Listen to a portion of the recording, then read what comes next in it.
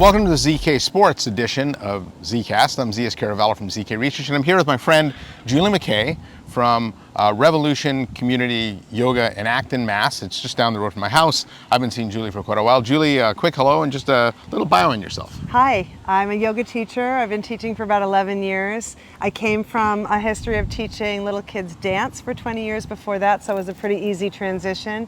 I teach all levels classes, and ZS has been joining me for a few years now, and it's just a wonderful place to get together and share some of the benefits of yoga.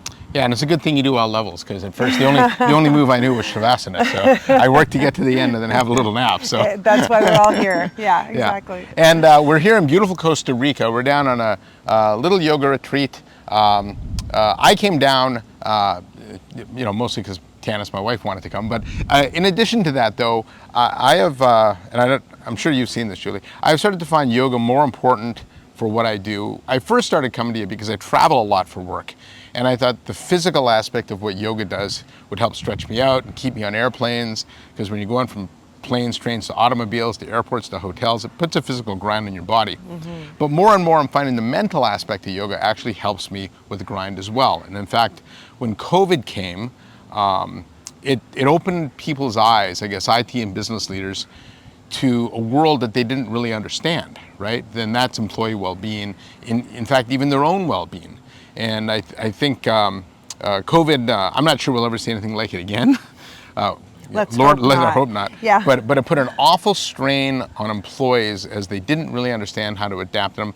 Wondering, with the people that you talk to and the clients you work with, how have you seen that? Yeah, many people, most people come to a yoga studio thinking this is just going to be another aspect of my physical practice. Maybe I bike or play soccer or I'm a runner, and this will help to stretch me out. And very quickly they enter our studio and appreciate the environment that we offer. There's some heart, there's some humor, there's understanding, there's an encouragement towards wellness and balance in life and work.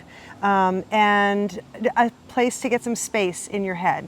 So I'd like to pick your brain a little bit and provide some advice to IT and business leaders on how they can leverage some of the best practices from yoga as they embark upon leading their teams into this next wave of work, which I think is still kind of unwritten. I don't really know if people are going to go back to the office, or they're going to stay at home, or it'll be a mix. All I know is whenever I see companies implement a mandate to go back, they repeal it. And so I kind of think we're still feeling this out, don't you? I do, and I have a lot of students that have really benefited from the Zoom classes. Yeah. You know, if people take a live stream class, they have the accountability of being in time with the actual class that's happening. If they're more comfortable, or they only have that hour to give, that's not for everybody. There is great benefit in being together in a studio. I think that's your preference, is yes, to be with the teacher and be engaged in that. But it's a close second to be able to have that Zoom. And I would encourage your leaders in business to walk the walk, set the example.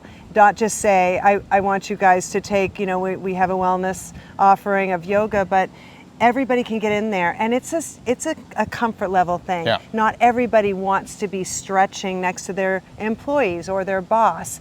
But once you kind of get over that hump and you're all just doing it together towards a common goal of building a calmer body and a clearer mind, it's really effective in even procuring a better relationship between boss and and in fact, and obviously worker. there's different ways of calming the mind. I know Cisco, for example, they're one of my clients. They partner with Ariana Huffington's Thrive Group in order to help employees take a reset during the day, right? We all go from meeting to meeting to meeting to meeting. Sometimes you just do need that reset to clear your mind. Yes. So it's, obviously there's multiple ways other than yoga, but I did want to focus on yoga. So what's one of the things you'd recommend to an IT or business leader, some of the best practices you take from yoga? Yeah, you don't have to do a 90-minute class to check that box. So some is better than none. Yes, some is better than none, and there are things that you can do right at your desk or stepping away from your desk. You just, finding a down dog, holding on to the back of your chair, using your chair as leverage, taking some twists, just getting your body back in check, maybe taking a moment to look away, to walk around. It's all yoga. Yoga is service. Yoga is caring for yourself and others. And so there's a lot of ways that you can look at it, but it doesn't have to be a separate class that you do at 6 o'clock after work. It can be baked into your day. Yeah, and that actually is an interesting point. That should probably be driven from HR down, right? Making sure people do, especially when you work from home. You talk to people that work in New York and San Francisco and Boston, and they're pretty small apartments, and so it's not like they're getting up and they can walk laps around the house. Right. They're walking around their 900 square foot apartment, and so a little stretching goes a long way. It really does. Yeah. And if you don't think, oh, I have to do that later, and then you decide to go home and then all is lost, if you can work time into your lunch hour or just a little break in the afternoon, and maybe do it with others, so you can have some accountability, some community-based yoga practices that are just part of your day. Okay, so tip 1 is some is better than none. Even a short little break and a stretch. Doesn't have to be a full yoga session, can be beneficial. Yeah, and you don't have to be a hippie. You don't have to be a vegetarian. You don't have to be of the Hindu religion. You can just take advantage of all of the aspects, and that might even be sitting and closing your eyes for a few moments and focusing on an anchor like your breath or a color, or taking a little meditative break, because that's also part of the yoga tradition. Yeah. All right, tip 2 then. What else do you have?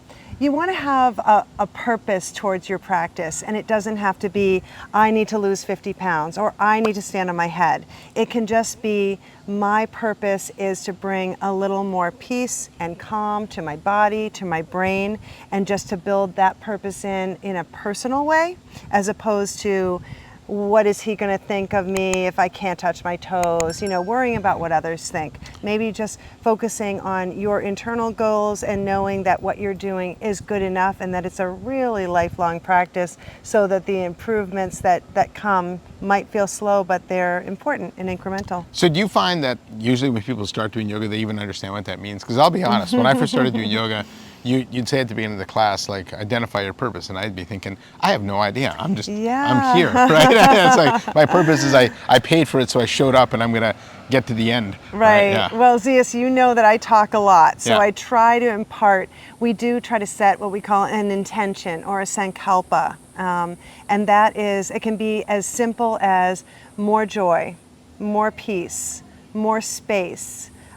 Anything that you're working on in your life. And it doesn't have to be this big piece of poetry that you're locking into your brain. Just what are you looking for from this moment, from this day? Because bringing that connects your body and mind. Yoga, the word, means union or yoke, and it means bringing together body, mind, and spirit as one. Oh, actually, I didn't know what that meant. So there you go. Yeah, and I'm going to flip the tables here a little bit, and I'm going to bring a piece of advice, I think, to and that I really had to overcome. And I'm lucky that when I started dating Hannah, she actually dragged me to a lot of yoga. But I think it's intimidating to a lot of people, especially men. Yeah. Because we're just, I don't know if this is generally true, but we're generally a little less flexible than women. So I see people in some of the poses, I can't even get close to those, right? And so then you're intimidated to start. But I think the way you start is you start. That's right. Right? And you just step on the mat, and Yeah. you find a teacher that matches your energy. So I think we found a good connection, because I like to give lots of choices. You can come to hands and knees, or if this bothers your wrist in any way, bring your hands up onto blocks. There's lots of ways we can use the props in simple ways to modify so it's more comfortable on your body, until maybe your hamstrings lengthen out a little bit, and it will happen over time. But if you find a teacher and it feels like boot camp and it's wearing you out and it's stressing you out, maybe that's not your teacher. Maybe you find someone that's a little more accommodating to whatever you've got going on. And I think that's a mistake people make too, is they maybe start with the wrong type of class. I know when I started going, I was going to the studio in San Mateo, and all they really offered was like C2. Which was to me, that was like aerobics combined with yoga, and I was exhausted when I finished, right? And I was exhausted, I was sore.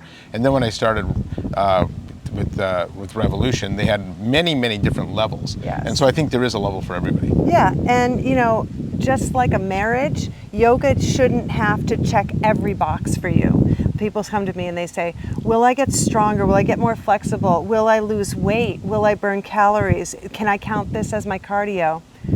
No, not necessarily. Depends on if you choose a power class, you will definitely check more boxes. But sometimes taking a step back and using this as a gentle opportunity to stretch the body, to chill out a little bit, maybe to let your mind rest. They talk about yoga, slowing the vibrations of the mind. That might be a better choice for you if you have a pretty young lifestyle. You already run or you cycle or you do hockey. This is a nice accompaniment. It's not going to check every box, but it is going to bring some surprises, because I think you'll get a mental boost from it that you might not have been expecting originally. Yeah, and we actually do a Friday night one, which I find also helps me jumpstart the weekend, because I'm always thinking about work, and so this helps me shut work off and start Nice. the weekends here. So now I wanted to ask you about something you always talk about, which is heart and humor. And in fact, one of the things I like about your classes is, you're kind of a stand-up comic as well as a yogi, right? And so why is that so important? It's not everybody, but one thing, when I became a yoga teacher, I decided I had a lot of favorite yoga teachers, and it was kind of intimidating, like, I'm going to be that person up there, but who am I? And I can only be myself. I can't be anyone else. And I'm quirky, and I'm sometimes a little funny. I appreciate humor. I also find that making people just kind of chuckle at themselves, wiggle and giggle a little bit, or just not take themselves so seriously, it helps to make them feel comfortable in the studio. And that's just my way in. Other people are very zen and calm, and that's their way. And I just try to bring a little bit of my personality into the classes. So that's an excellent piece of advice for IT and business leaders. And while I think, obviously, when you're in the workplace, it is very serious. You're trying to, be productive and get things done. But let's not lose sight of the people aspect of it, right? And sometimes some heart and humor goes a long way. If employees know you care, then they're more likely to be productive for you. And I think that's one of the interesting aspects I've seen with today's generation. When I was in the workforce, the only thing I really cared about is how much I was getting paid. And you spend a lot of miserable time and a lot of miserable jobs because they paid you the most. And so what I've seen from studies today is a lot of younger workers, they don't go for the biggest paycheck. They want to work at a company that cares, and they want to know they care about the employees. And a lot of times just bringing a little bit of heart and humor goes a long way. Yeah, for sure. I mean, one of the themes that I like to infuse in my classes is how to get a little happier. Is what I'm doing right now satisfying? Does it bring meaning and purpose to my life? Not means to an end, just being in the present. Is this feeling right in my body? Is this bringing me some satisfaction and purpose? Yeah, and I think the other aspect of that too is, while yoga has always been, to me, you joked about you don't have to be hippie, whatever, and I think it has that association because it is so tied in with your environment and with nature and things like that. And more companies are rolling out their own ESG programs, where they are trying to be more sustainable, more climate friendly. They're trying to have purpose.